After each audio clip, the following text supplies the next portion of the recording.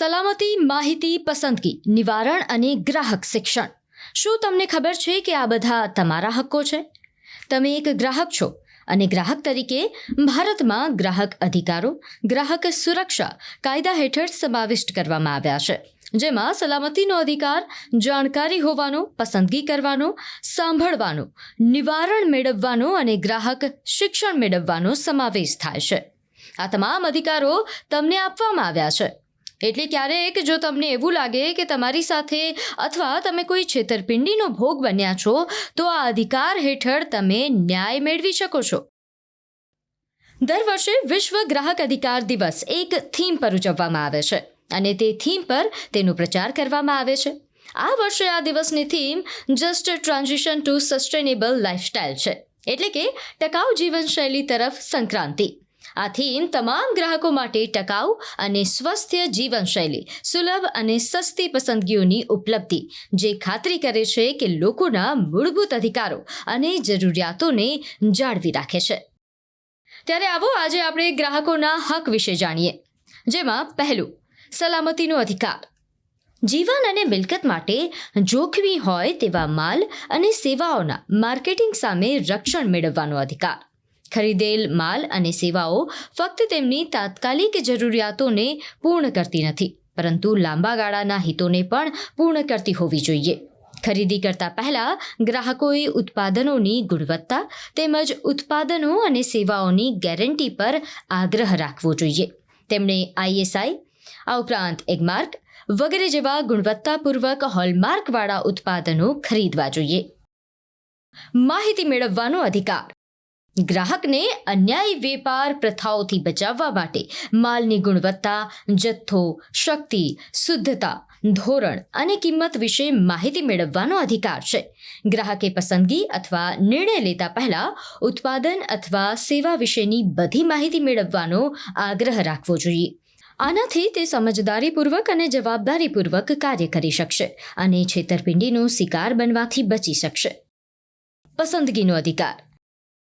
જ્યાં શક્ય હોય ત્યાં સ્પર્ધાત્મક ભાવે વિવિધ પ્રકારની ચીજવસ્તુઓ અને સેવાઓની ખાતરી કરવાનો અધિકાર ગ્રાહકને હક છે.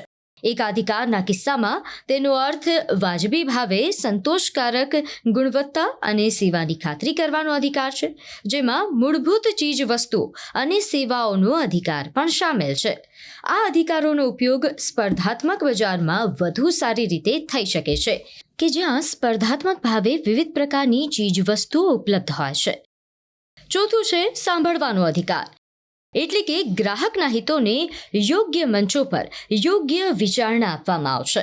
તેમાં ગ્રાહકના કલ્યાણને ધ્યાનમાં લેવા માટે રચાયેલા વિવિધ મંચો પર પ્રતિનિધિત્વ કરવાનો અધિકાર પણ સામેલ છે. ગ્રાહકોએ બિન રાજકીય અને બિન વાણિજ્યિક ગ્રાહક સંગઠનો બનાવવા જોઈએ, જેને ગ્રાહક સંબંધિત બાબતોમાં સરકાર અને અન્ય સંસ્થાઓ દ્વારા રચાયેલી વિવિધ સમિતિઓમાં પ્રતિનિધિત્વ આપી શકાય. નિવારણ મેળવવાનો અધિકાર.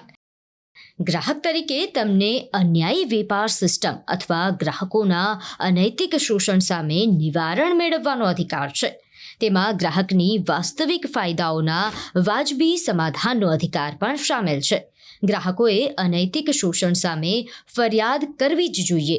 ઘણી વખત તેમની ફરિયાદ નાની હોય છે, પરંતુ સમગ્ર સમાજ પર તેની અસર ખૂબ મોટી પડી શકે છે.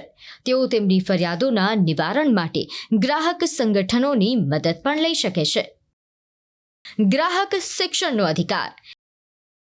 એટલે કે એક જાણકાર ગ્રાહક બનવા માટે તમને જ્ઞાન અને કૌશલ્ય પ્રાપ્ત કરવાનો અધિકાર છે.